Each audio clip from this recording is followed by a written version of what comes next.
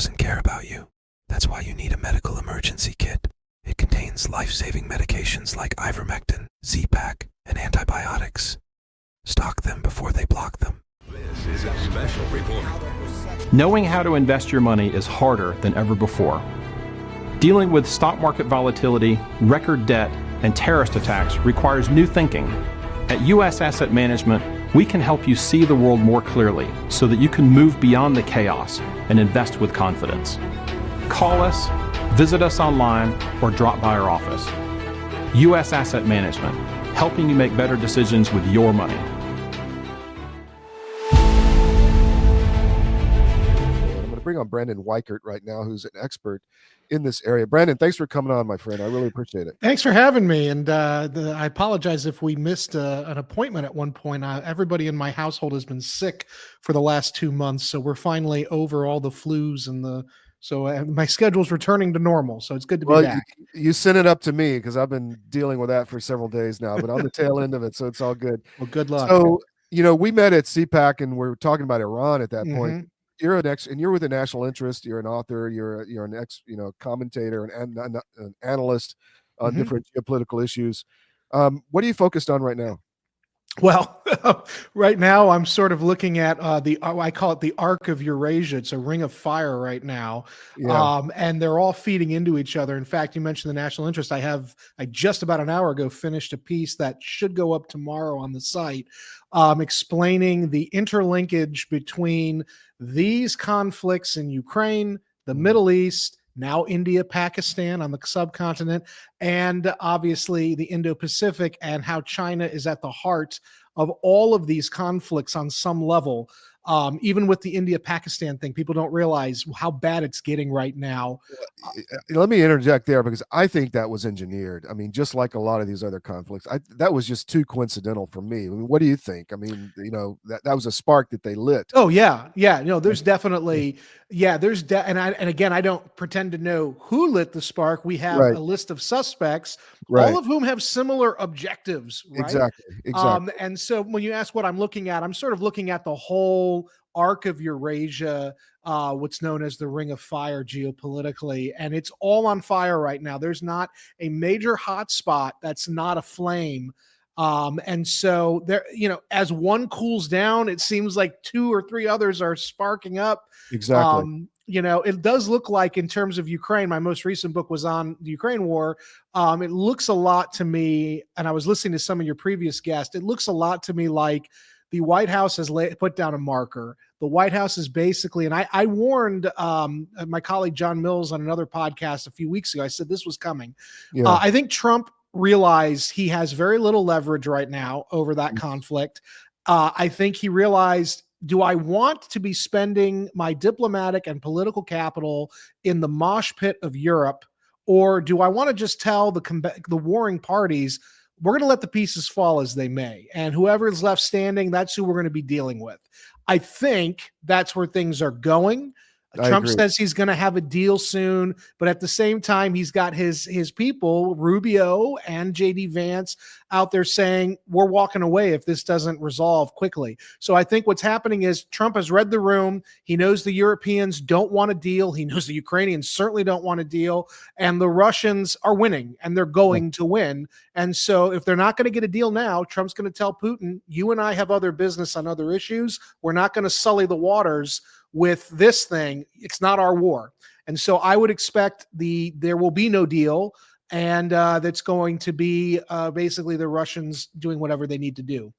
So then you have a game of chicken, because I completely agree with you. I think Trump's going to walk away. The question is, how much does he cut off from Ukraine? I mean, he's going to have to cut off most of it, I would think. And then do the Europeans have the willpower to step in financially and equipment wise? And, there's an argument that they want World War III, so the only way is to have European troops on the ground in Ukraine, and then Russia attacks them. Then you got Article 5 issues, all of that stuff. Well, so here's the thing, Article 5, and I went back and forth with my dear friend Arthur Herman over at Hudson on this not long ago. Trump has come into office pouring as much cold water on Article 5 as possible. I saw that. So while yes, technically Article 5 is part of the NATO charter, we're involved with NATO at it's a treaty level. So that means the president There's some limits that the president has in terms of being able to just pull out. But ultimately, it comes down to an action issue. If the Europeans are dead set, and they are, notably the British, perfidious Albion, they are dead set on getting their troops on the ground to trigger an Article 5 commitment from the Americans. Well, regardless of whether there's a treaty or an act of Congress or it's part of U.S. law, the president can say, hey, we don't have troops in position right now. It's going to take us a while. And in the meanwhile, not do anything about it. And that will kill NATO alliance, and that will give the Russians a green light to go further into Europe. And frankly, at this point, I really don't care because we have so many other bigger fish to fry. Our border is still aflame. Venezuela might be going into Guyana soon, which is going to be a huge problem for us. Then, of course, you've got China in the Indo-Pacific, and you've got the Middle East. All of those areas I just mentioned are far, and don't even forget about the Arctic. All of these issues are far more important to U.S. national security and grand strategy than Europe will ever be. And so I think that regardless of what the Europeans try to do, and I do think they're going to try to get us ensnared in a war, I don't think Donald Trump's going to fall into that trap. I think he's going to say, okay, you guys got attacked. You shouldn't have had your troops there. We're still not doing anything about it. And whether it's an official ending of Article 5 or just we ignore it, it's not going to end the way the Europeans, I think, want it to end, which is good for the young men and women in uniform in the United States. That's my main concern is our, boys and girls don't need to be over there. No. But do you think Putin and Trump are talking about this? I mean, Witkoff's going to be in Moscow for the fourth time. I think this, and I think it's a blessing because I've been saying for years, and believe me, I got canceled when I said this in 2018. I think feel your pain, brother. I think Russia is the key to peace in almost all of these conflict zones and prosperity. Prosperity. A lot of money to be made. And the Russians want to do that. And this is another reason why I think Putin is, people forget the Russians have the technological capacity to completely annihilate Western Ukraine, which is the part of Ukraine that is being supported by NATO. They haven't done it yet. Putin keeps saying this is an existential war, and in many respects for the Russians, it has become that. But if it was really World War II level, great patriotic war type conflict, the Russians would have completely annihilated everything in Western Ukraine, and they've resisted that temptation. And the only reason is because the Russians really want to work with Americans on other issues. And they're already floating the idea of joint rare earth mineral development in Russia. We're already seeing Russia getting PO'd at the Chinese, their supposed friend with no limits. Turns out I just did a report, and my editor pushed back on me on this, but I'm right. The Russian Ministry of Interior has been doing a 2-year-long investigation into Chinese nationals who are ostensibly in Russia helping the war effort in Ukraine. Turns out they've been conducting massive scale technological espionage, industrial espionage against the Russians, and the Russians are peeved. And then on top of that, China is moving too close to the EU for Moscow's liking. So for all of this talk about friendship without limits, the Russians are ready to push away, and the Americans need to be there to catch them as they fall. That's so refreshing because, I've been talking the last few days on that EU issue. It's obvious these are Manchurian candidates, just like Biden was, working for Beijing, and they are just all lining up against the U.S. for China on the tariff issue and on economics and on the war. But, in Siberia, all these leases that China has on Russian lands, they're not giving that land back. No. I mean, Russia's very concerned about geographic issues against China. Well, this goes back, I believe it's a Treaty of Nerchinsk, I think, in the 1600s. The Russians took a large portion of what is now the Russian Far East from, I believe, the Qing dynasty of China. Xi Jinping for years has mentioned he refuses to acknowledge officially the Russian Far East as part of Russia. And this has been an ongoing problem in his personal relations with Putin. Now it's been papered over because of the Ukraine war, but as the Ukraine war clearly goes in Russia's favor and comes to an end, those old rivalries are going to come back to the forefront. The Chinese also, this is not widely reported, the Chinese have been sending, and I say sending, they've been sending illegal immigrants into Russia's Far East. Russia's Far East is resource rich, sparsely populated. So the Chinese have been sending the excess young men they have up into northern Russia, into Russia Far East. To find the women. I mean, they To need find the women. women, that's a Yeah. big thing, but also Yeah. because this is part of a silent reconquista of Yes. the Russian Far East. This is all part of the Chinese view of the world. They don't view Russia as an equal. They view them as protein to be absorbed. And the Russians fundamentally know this. They've had to bite their tongue because they need the Chinese. But at some point, Putin is no longer going to be okay with that relationship, especially if the Ukraine war comes to an end one way or the other, as I suspect it will. I agree with you. And I'm concerned about how it ends, but we've been all Yeah. over this for 10 years. But, to me, you mentioned the men coming up to China. I mean, you've got how many Chinese men in there that can't find a wife? Yeah. And you And have all these beautiful Slavic girls in yes. Siberia. Well, and actually it's interesting because in Siberia, in like Irkutsk and some of these cities out there, there is a cultural liking of China even Yeah, more so for the than the money. Europe. Yes. Yeah. And so there has actually been a push by the local governments to pair excess young Russian women with excess young Chinese men.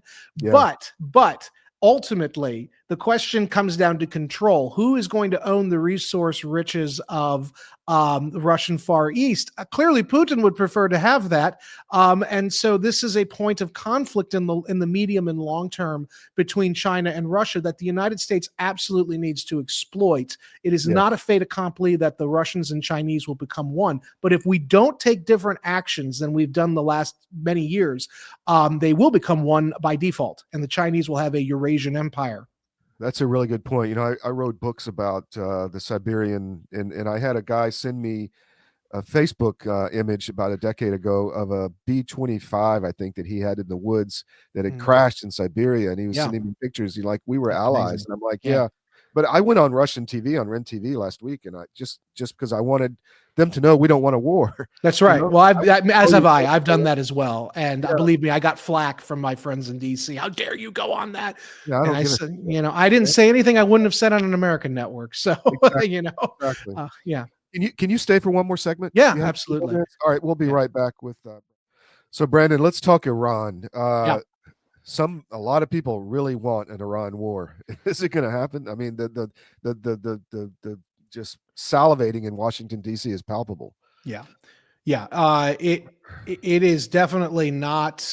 It's definitely not going in the way of the dovish crowd. They have been in DC, the neoconservative, and that's who they are. The neocons who got us into Iraq is the same people, literally in some cases the same people, or they're trainees, if you will, they're acolytes.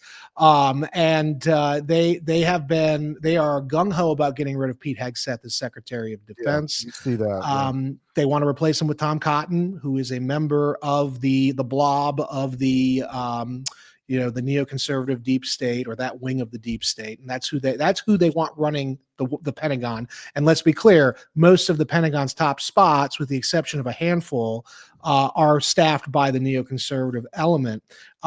If they can get Hegseth out, they can and put Cotton in their place. They're then going to shift their focus to Tulsi Gabbard. They already are starting to hint that they want to push her out. If they can get her out, then that means Vice President J.D. Vance is completely alone in the cabinet. He's the one-man band fighting for reason, and they're going to isolate him bureaucratically, which is pretty easy to do with a vice president, especially when you only have a staff of maybe a dozen or half a dozen people in the executive office building. So, this is where they're headed, and this is all part and parcel of the push to go into Iran. The amount of assets we've moved into the Middle East, the sort of I want to say sleepwalking that we're doing right now into war, I think that the odds are not in the favor of the peaceniks. Yeah. The only good thing we have here is Trump does seem genuinely hesitant, and Steve Witkoff has the ear of the president as no other member of the administration, other than maybe Elon Musk, who's not a member of the administration, or I guess he technically is. But besides Elon, Witkoff is the only one who has the ear of the president. And they go back decades, business partners, friends, and all that. Witkoff seems committed. So I think this last go round with Iran in terms of diplomacy is the last hope. But my concern is our Israeli friends, who are threatened in ways by Iran that we are not, that they are going to deem this as an unacceptable risk, and they are going to strike against Iran. That strike will not be as successful as their PR people are saying. It's going to leave a lot of issues for us to clean up, and that's what they're hoping for. The Israelis are hoping to ensnare us in an Iranian war that will basically force us to use our military power to clean up whatever mess they make. And I don't know how effective we can be, because right now we are at the nadir of our military power. The United States military is the weakest it has been since the interwar years. And unlike all our stores in Ukraine. Well, there, and also don't forget 20 failed years of war in the Middle East. Yeah. And beyond that, we've spent the last 50 years sending all of our industrial capacity to China and other countries around the world, which is part of the trade war. It's part of the rationale. Whether it's too late or not, I don't know. It might be too little too late at this point. But the fact of the matter is, unlike the interwar years of the 20th century, we don't have latent industrial capacity. So what we have is what we have. And if we have to go into a major Middle East war, I can guarantee your audience that it will be harder than anything that the pro-war crowd is telling us. It could very well end the U.S. as a superpower militarily. I wrote that yesterday. Yes. Yeah. And then at the same time, you can rest assured that the Chinese will absolutely use that moment to go in to Taiwan, especially because right now we have one ancient aircraft carrier in the Indo-Pacific, the iconic USS Nimitz, which is set to be retired when it comes back to the United States after decades of service. The Chinese, they have their power concentrated in the Indo-Pacific, in the first island chain. They are very angry with us right now for putting this new air defense system in the Luzon Strait of the Philippines. The Chinese need the Luzon Strait in order to project power into southern Taiwan from the South China Sea. They will go to war over this. And all the meanwhile, you've got this nuclear issue between Pakistan and India. So do I think that we're going to be at war? I think that I would give probably a 90% chance that we will be in a Middle East war at some point in the next 6 months, and that it's not going to go very well for anybody. It'll probably end the Iranian regime, but it's not going to end with it'll be a Pyrrhic victory for us. Yeah.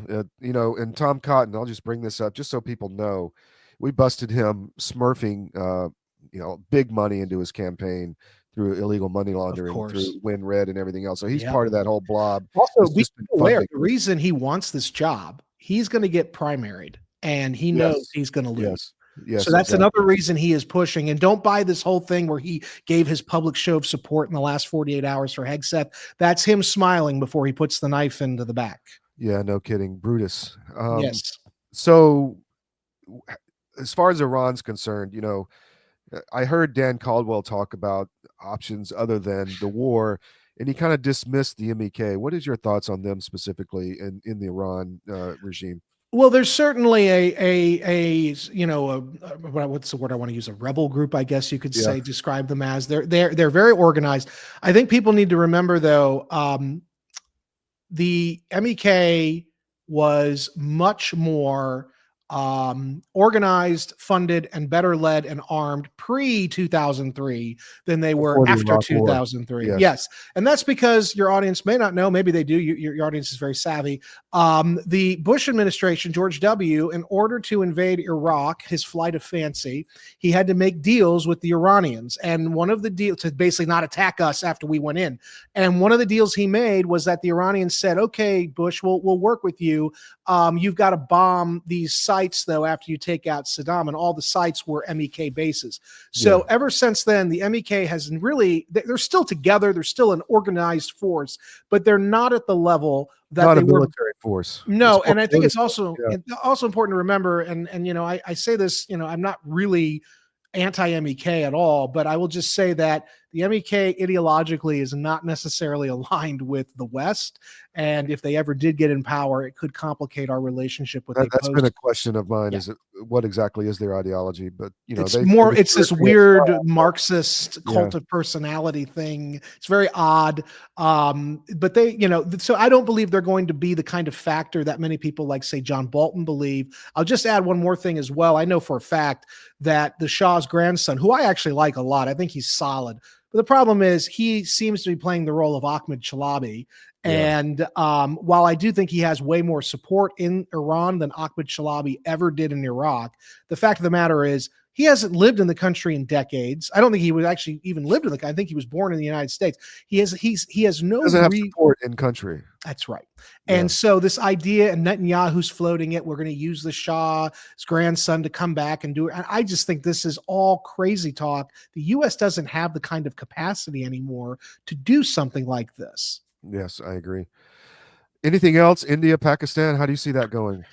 Well, right now it's all very much in the air. The Indians cut off the Indus River water treaty of 1960, which has never happened in 40 years. And there's been a lot of bad blood, but that treaty always remained untouched. The Indians are cutting off the water. It's important to note Pakistan has about 1.5 to 2 years of water reserves, they're holding. So they're not going to feel it up front. The question is, what is the international community going to do? Because basically, what I've been seeing the last decade is increasingly, and this aligns with the new head of the World Economic Forum, increasingly there has been a push by warring parties and governments to stymie access to water, potable water sources.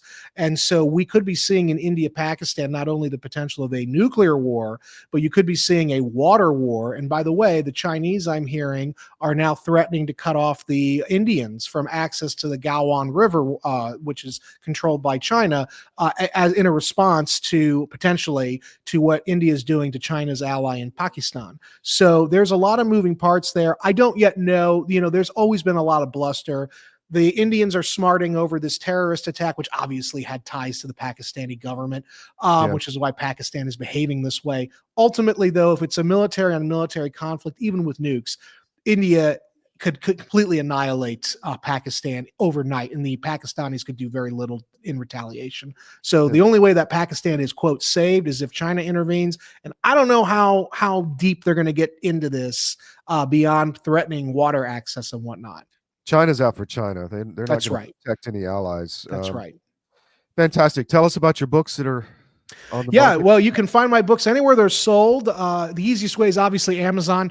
My first book is Winning Space, How America Remains a Superpower. Then came The Shadow War, Iran's Quest for Supremacy, Biohacked, China's Race to Control Life, and A Disaster of Our Own Making, How the West Lost Ukraine. And my next book might very well be on the race for the Arctic. I haven't decided yet. Yeah. You're a busy guy like me.